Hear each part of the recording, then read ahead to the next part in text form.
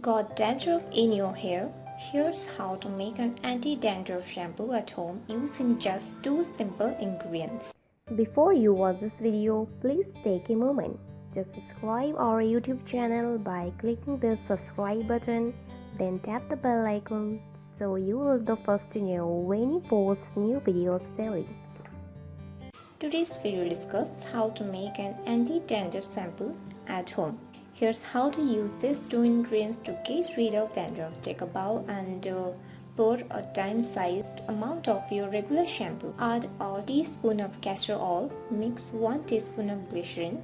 Now pour 1 teaspoon of apple cider vinegar in a bowl. Mix it all to combine well. Wet your hair and apply this shampoo.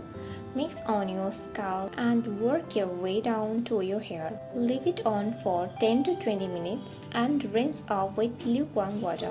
Try this quick hack twice a week and bid goodbye to dandruff flakes on your shoulders and hair. This will not only protect your scalp from infections but also nourish your hair and leave them shiny. Are you going to try this? Let me know in our comment section below. If you like this video, give it a thumbs up and share with your friends. For more daily tips, subscribe to our channel below. Thank you.